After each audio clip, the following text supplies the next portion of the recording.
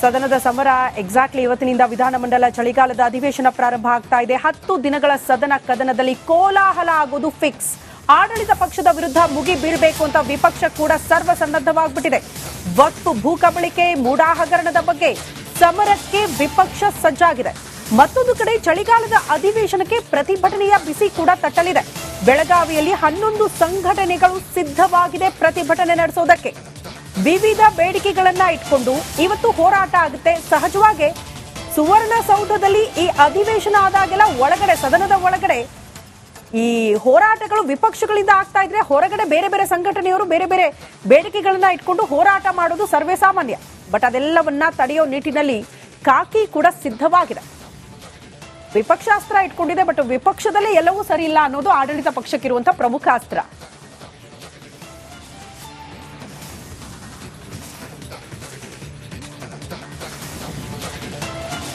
Okay, ಇವತ್ತಿನಿಂದ ಚಳಿಗಾಲದ ಅಧಿವೇಶನ ಆರಂಭ ಆಗತ್ತೆ. ಯಾವೆಲ್ಲ ನೋಡಿ, ಅಧಿವೇಶನ ಯಾಕಾಗತ್ತೆ ಪ್ರತಿ ಸಲ ಅಂತಂದ್ರೆ ನಿಮಗೆ ಕ್ಷೇತ್ರದ ಸಮಸ್ಯೆಗಳನ್ನ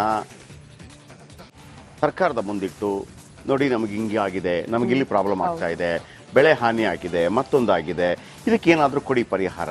ಆಲ್ರೆಡಿ ಕೆಲವು ಕ್ವಶನ್ಗಳನ್ನು ಮೊದಲೇ ಕೊಟ್ಟಿರ್ತಾರೆ, ಅದಕ್ಕೆ ಈ ಉತ್ತರ ಹುಡುಕುವಂತ ಪ್ರಯತ್ನ. ಅಥವಾ ನೋಡಿ, ಈಗ ಫಾರ್ ಎಕ್ಸಾಂಪಲ್ ಬಳ್ಳಾರಿ ಬಾಣಂತಿಯರ ಸಾವಾದಾಗ ಅಲ್ಲಿ MLA ಬಂದು ನೋಡಿ ಹಿಂಗಾಗಿದೆ, 5 ಲಕ್ಷ, ಅದು ರಿಪಬ್ಲಿಕ್ ಕನ್ನಡದಿಂದ ಆಗಿದ್ದು 2 ಲಕ್ಷದಿಂದ 5 ಲಕ್ಷ ಇಲ್ಲ, ಆ ಮಕ್ಕಳ ಎಜುಕೇಶನ್ ದೊಡ್ಡವರಾಗೋ ತನಕ ಏನಾದ್ರು ಮಾಡಬೇಕು ಅಂತ ಹೇಳುವಾಗ ಸರ್ಕಾರದ ಗಮನ ಸೆಳೆದು ಮಾಡು.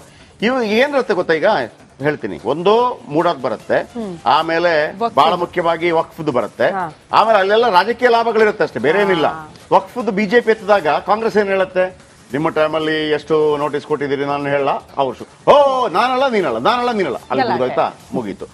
ಆಮೇಲೆ ಯಾವ ಸುದ್ದಿ ಬರುತ್ತೆ, ಅಲ್ಲ ನೋಡ್ರಿ ಸಿದ್ದರಾಮಯ್ಯನವರು ಮಾತಾಡಕ್ ಹೋಗ್ತಾರೆ ಅಂತ ಹೇಳಿ, ಸಿದ್ದರಾಮಯ್ಯನವರೇ ನಿಮ್ಮ ಟೈಮ್ ಮುಗ್ದಿದಂತಲ್ಲ, DK ಶಿವಕುಮಾರ್ ಹೇಳಿದ್ರಂತಲ್ಲ ಅಂತ ಹೇಳಿ ಇವ್ರು ಹೇಳ್ತಾರೆ. ಯಾರು ಹೇಳ್ತಾರೆ? ವಿಪಕ್ಷ ನಾಯಕರು ಹೇಳ್ತಾರೆ. ವಿಪಕ್ಷ ನಾಯಕರು ಹೇಳುವಾಗ ಅಶೋಕ್ ಹಿಂಗ್ ಹೇಳ್ತಾ ಇರ್ಬೇಕಾದ್ರೆ ಆ ಕಡೆಯಿಂದ ಅವರೇ ನಿಲ್ತಾರೆ, ನಿಮ್ದು ರಾಜ್ಯಾಧ್ಯಕ್ಷ ಬದಲಾಗ್ತಾರಂತಲ್ಲ ನಾಡಿದ್ದು ಹೇಳಿದ್ರಲ್ಲ ಅವರು ಅಂತ. ಇಷ್ಟರಲ್ಲೇ ಮುಗ್ದೋಗ್ಬಿಡ್ತದೆ. ಹಂಗಾಗೋದು ಬೇಡ. ಒಂದು ರಿಪೋರ್ಟ್ ನೋಡಿ ಮೊದಲು.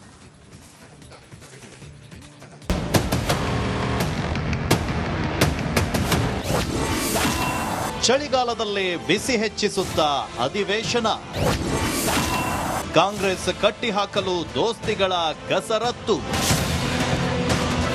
ಕುಂದನಗರೆ ಬೆಳಗಾವಿಯಲ್ಲಿರುವ ಸುವರ್ಣಸೌಧದಲ್ಲಿ ಇಂದಿನಿಂದ 10 ದಿನಗಳ ಕಾಲ ಚಳಿಗಾಲದ ಅಧಿವೇಶನ ನಡೆಯಲಿದೆ. ಸರ್ಕಾರದ ಆಡಳಿತ ಯಂತ್ರವೇ ಬೆಂಗಳೂರಿನಿಂದ ಬೆಳಗಾವಿಗೆ ಶಿಫ್ಟ್ ಆಗಿದೆ. ಸದನದ ಒಳಗೂ ಹೊರಗೂ ಬೃಹತ್ ಪ್ರತಿಭಟನೆಗೆ ವೇದಿಕೆ ಸಜ್ಜಾಗಿದೆ. ಮೂಡಾ ಕೇಸ್ನಲ್ಲಿ ಇಡಿ ಸಿಡಿಸಿರುವಂತಹ ಬಾಂಬ್, ವಕ್ಫ್ನಿಂದ ರೈತರು ಮತ್ತೆ ದೇಗುಲಗಳಿಗೆ ನೋಟಿಸ್ ನೀಡಿರುವಂತಹ ವಿಚಾರದ ಬಗ್ಗೆ ಅಟ್ಯಾಕ್ ಅನ್ನ ಮಾಡಲು ದೋಸ್ತಿಗಳು ಸಜ್ಜಾಗಿದ್ದಾರೆ. ಅಲ್ಪಸಂಖ್ಯಾತ ಶಿಕ್ಷಣ ಸಂಸ್ಥೆ ಮಾನ್ಯತೆ ನಿಯಮವನ್ನ ಸಡಿಲ ಮಾಡುವಂತೆ ಒತ್ತಾಯಿಸಲಿದ್ದಾರೆ. ಗುತ್ತಿಗೆಯಲ್ಲೂ ಮುಸ್ಲಿಮರಿಗೆ ಮೀಸಲು ಪ್ರಸ್ತಾಪವಾಗಲಿದೆ. ಬಳ್ಳಾರಿ ಜಿಲ್ಲಾಸ್ಪತ್ರೆಯಲ್ಲಿ ಬಾಣಂತಿಯರ ಸರಣಿ ಸಾವು, ಗ್ಯಾರಂಟಿ ಅನುಷ್ಠಾನದಲ್ಲಿ ಸಿದ್ದು ಸರ್ಕಾರ ಎಡವಿದ ಬಗ್ಗೆ ಮಾತನಾಡಲಿದ್ದಾರೆ. ಕರ್ನಾಟಕದಲ್ಲಿ ಅಭಿವೃದ್ಧಿ ಯೋಜನೆಗಳು ಕುಂಠಿತವಾಗ್ತಾ ಇವೆ. ಗ್ಯಾರಂಟಿಯಿಂದ ಸರ್ಕಾರದ ಅನುದಾನವು ಸ್ಥಗಿತವಾಗಿದೆ. ಅಧಿಕಾರ ಹಂಚಿಕೆಗಾಗಿ ಕಾಂಗ್ರೆಸ್ ನಾಯಕರ ಒಳಜಗಳದ ಬಗ್ಗೆ ಪ್ರಸ್ತಾಪಿಸುವ ಸಾಧ್ಯತೆ ಇದೆ. ಇನ್ನು ಚಳಿಗಾಲ ಅಧಿವೇಶನದಲ್ಲಿ 5 ವಿಧೇಯಕಗಳ ಬಗ್ಗೆ ಸರ್ಕಾರ ಪ್ರಸ್ತಾಪಿಸುತ್ತೆ. ಬೆಂಗಳೂರು ಮಹಾನಗರ ಪಾಲಿಕೆ ತಿದ್ದುಪಡಿ, ಸರಕು ಸಾಗಾಣಿಕೆ ತಿದ್ದುಪಡಿ ಕಾಯ್ದೆ ಮಂಡನೆ ಆಗಲಿದೆ. ಇದೇ ವೇಳೆ 3 ಖಾಸಗಿ ಬಿಲ್ ಮಂಡನೆ ಮಾಡಲಿದ್ದಾರೆ.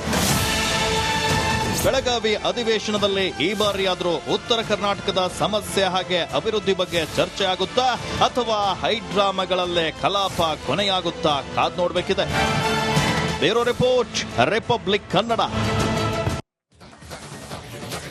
ಓಕೆ, ಬಸವರಾಜ್ ನೇರ ಸಂಪರ್ಕದಲ್ಲಿದ್ದಾರೆ. ಪೊಲಿಟಿಕಲ್ ಟೀಮ್ ಎಲ್ಲ ಬೆಳಗಾವಿ, ಪೊಲಿಟಿಕಲ್ ಟೀಮ್ ಅವರೆಲ್ಲ ಬೆಳಗಾವಿಲಿದ್ದಾರೆ.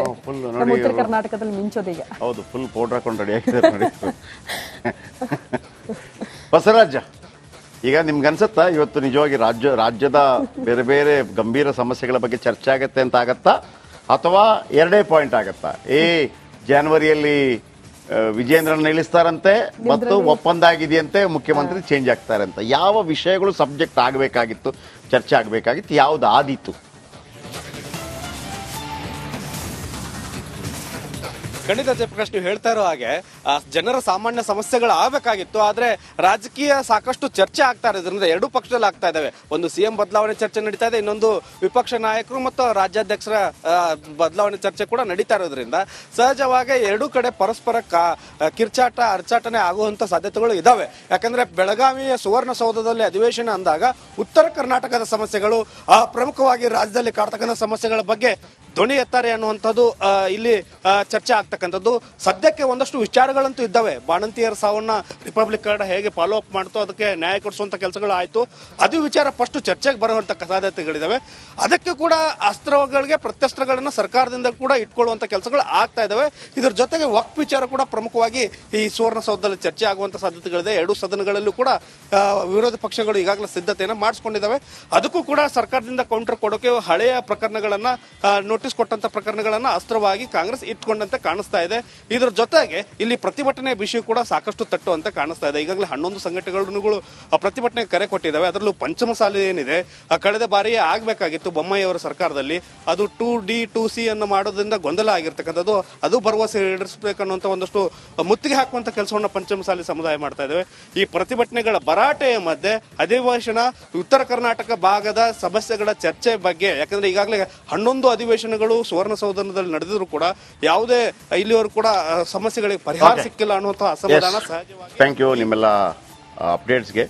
ಸುವರ್ಣಸೌಧ ಉದ್ಘಾಟನೆ ಆದಾಗ ನಾನು ಹೋಗಿದ್ದೆ. ಸ್ಟಾರ್ಟಿಂಗ್ ಉದ್ಘಾಟನೆ ಆದಾಗ, ಪ್ರಥಮ ಅಧಿವೇಶನ ಆದಾಗ ನಾನು ಹೋಗಿದ್ದೆ. ಆಗಿದ್ದದ್ದೇ ಬೇರೆ, ಈಗಿದ್ದದ್ದೇ ಬೇರೆ, ಬಹಳ ಬದಲಾವಣೆಗಳಾಗಿದೆ.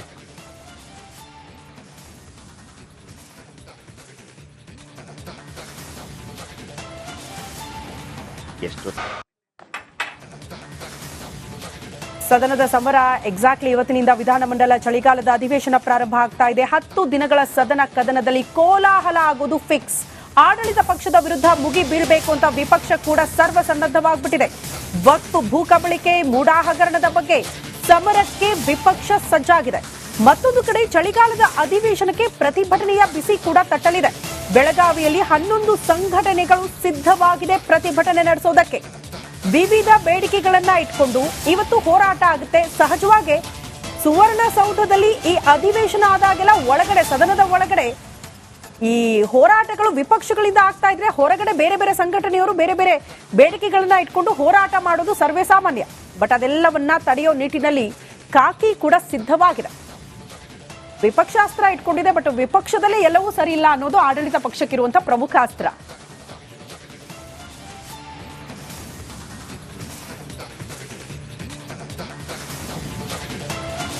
ಓಕೆ, ಇವತ್ತಿನಿಂದ ಚಳಿಗಾಲದ ಅಧಿವೇಶನ ಆರಂಭ ಆಗತ್ತೆ. ಯಾವೆಲ್ಲ ನೋಡಿ, ಅಧಿವೇಶನ ಯಾಕಾಗತ್ತೆ ಪ್ರತಿ ಸಲ ಅಂತಂದ್ರೆ ನಿಮಗೆ ಕ್ಷೇತ್ರದ ಸಮಸ್ಯೆಗಳನ್ನ ಸರ್ಕಾರದ ಮುಂದಿಟ್ಟು ನೋಡಿ, ನಮಗೆ ಹಿಂಗೆ ಆಗಿದೆ, ನಮಗೆ ಇಲ್ಲಿ ಪ್ರಾಬ್ಲಮ್ ಆಗ್ತಾ ಇದೆ, ಬೆಳೆ ಹಾನಿ ಆಗಿದೆ, ಮತ್ತೊಂದಾಗಿದೆ, ಇದಕ್ಕೇನಾದ್ರೂ ಕೊಡಿ ಪರಿಹಾರ. ಆಲ್ರೆಡಿ ಕೆಲವು ಕ್ವಶನ್ಗಳನ್ನು ಮೊದಲೇ ಕೊಟ್ಟಿರ್ತಾರೆ, ಅದಕ್ಕೆ ಉತ್ತರ, ಈ ಉತ್ತರ ಹುಡುಕುವಂತ ಪ್ರಯತ್ನ. ಅಥವಾ ನೋಡಿ, ಈಗ ಫಾರ್ ಎಕ್ಸಾಂಪಲ್ ಬಳ್ಳಾರಿ ಬಾಣಂತಿಯರ ಸಾವಾದಾಗ ಅಲ್ಲಿ MLA ಬಂದು ನೋಡಿ ಹಿಂಗಾಗಿದೆ, 5 ಲಕ್ಷ, ಅದು ರಿಪಬ್ಲಿಕ್ ಹಣದಿಂದ ಆಗಿದ್ದು, 2 ಲಕ್ಷದಿಂದ 5 ಲಕ್ಷ ಇಲ್ಲ, ಆ ಮಕ್ಕಳ ಎಜುಕೇಶನ್ ದೊಡ್ಡವರಾಗೋ ತನಕ ಏನಾದ್ರು ಮಾಡಬೇಕು ಅಂತ ಹೇಳುವಾಗ ಸರ್ಕಾರದ ಗಮನ ಸೆಳೆದು ಮಾಡೋದು. ಇವು ಏನಿರುತ್ತೆ ಗೊತ್ತಾ, ಈಗ ಹೇಳ್ತೀನಿ, ಒಂದು ಮೂಡಾದ್ ಬರುತ್ತೆ, ಆಮೇಲೆ ಬಹಳ ಮುಖ್ಯವಾಗಿ ವಕ್ಫ್ದು ಬರುತ್ತೆ, ಆಮೇಲೆ ಅಲ್ಲೆಲ್ಲ ರಾಜಕೀಯ ಲಾಭಗಳಿರುತ್ತೆ ಅಷ್ಟೇ, ಬೇರೆ ಏನಿಲ್ಲ. ವಕ್ಫ್ದು ಬಿಜೆಪಿ ಎತ್ತಿದಾಗ ಕಾಂಗ್ರೆಸ್ ಏನ್ ಹೇಳುತ್ತೆ, ನಿಮ್ಮ ಟೈಮಲ್ಲಿ ಎಷ್ಟು ನೋಟಿಸ್ ಕೊಟ್ಟಿದ್ದೀರಿ ನಾನು ಹೇಳ, ಅವ್ರು ನಾನಲ್ಲ ನೀನಲ್ಲ ಅಲ್ಲಿ ಮುಗಿದೋಯ್ತಾ, ಮುಗೀತು. ಆಮೇಲೆ ಯಾವ ಸುದ್ದಿ ಬರುತ್ತೆ, ಅಲ್ಲ ನೋಡ್ರಿ ಸಿದ್ದರಾಮಯ್ಯನವ್ರು ಮಾತಾಡಕ್ ಹೋಗ್ತಾರೆ ಅಂತ ಹೇಳಿ, ಸಿದ್ದರಾಮಯ್ಯನವ್ರೆ ನಿಮ್ಮ ಟೈಮ್ ಮುಗ್ದಿದೆ ಅಂತ